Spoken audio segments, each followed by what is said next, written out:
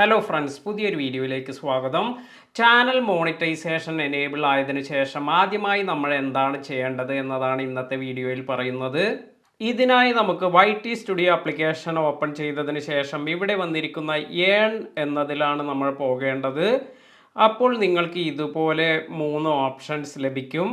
അതായത് watch page ads, shorts feed ads, അതുപോലെ supers. ഇതിനു മുകളിലായി ഇവിടെ വേസ് ടു ഏൺ എന്നെഴുതിയിട്ടുണ്ട്.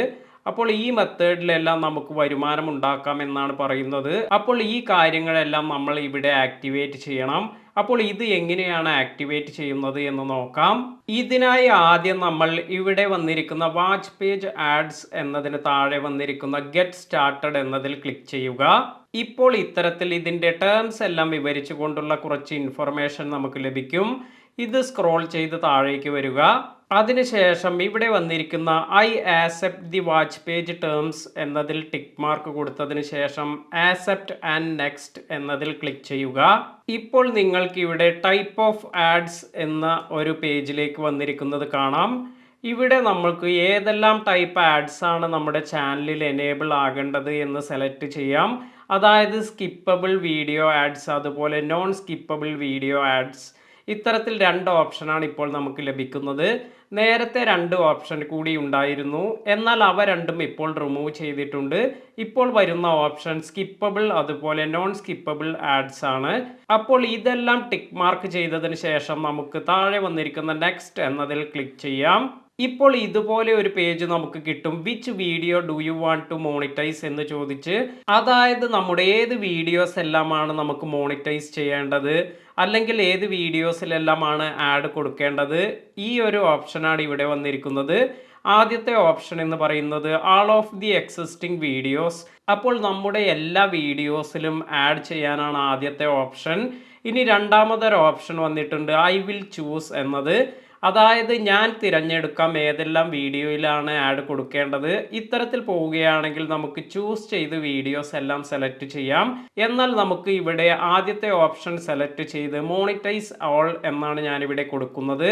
അതിനാൽ തന്നെ നമ്മുടെ എല്ലാ വീഡിയോസിലേക്കും അഡ്വർടൈസ്മെന്റ് വരുന്നതാണ്. അപ്പോൾ ഇത്തരത്തിൽ ഒരു മെസ്സേജാണ് ഇപ്പോൾ വരുന്നത്.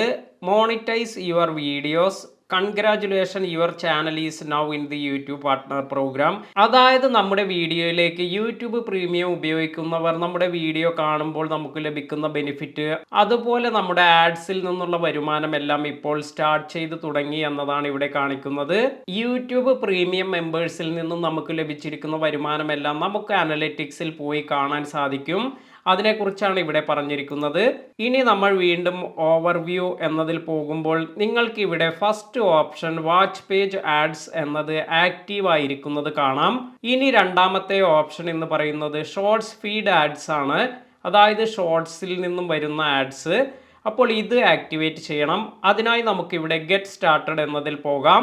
ഇപ്പോൾ ഇങ്ങനെ ഒരു പേജ് ലഭിക്കുന്നുണ്ട്. ഇവിടെ ടേൺ ഓൺ എന്നതിൽ പ്രസ് ചെയ്യുക. അതിനുശേഷം ഇവിടെയും ടേംസ് ആൻഡ് കണ്ടീഷൻസ് എല്ലാം വരുന്നുണ്ട്. ഇത് ടിക്ക് മാർക്ക് കൊടുത്ത് ഐ ആക്സെപ്റ്റ് എന്നത് കൊടുത്തതിന് ശേഷം ആക്സെപ്റ്റ് എന്നതിൽ ക്ലിക്ക് ചെയ്യാം. ഇപ്പോൾ ഇവിടെ ഷോർട്സ് ഫീഡിൽ നിന്നുള്ള ആഡ്, അതുപോലെ YouTube premium member shorts feed കാണുമ്പോൾ അതിൽ നിന്നുള്ള ബെനിഫിറ്റ് എല്ലാം നമുക്ക് ലഭിച്ചു തുടങ്ങുമെന്നാണ് ഇവിടെ കാണിക്കുന്നത്. ഇനി അടുത്തതായി കിട്ടുന്ന ഒരു ഓപ്ഷൻ എന്ന് പറയുന്നത് സൂപ്പേഴ്സ് ആണ്.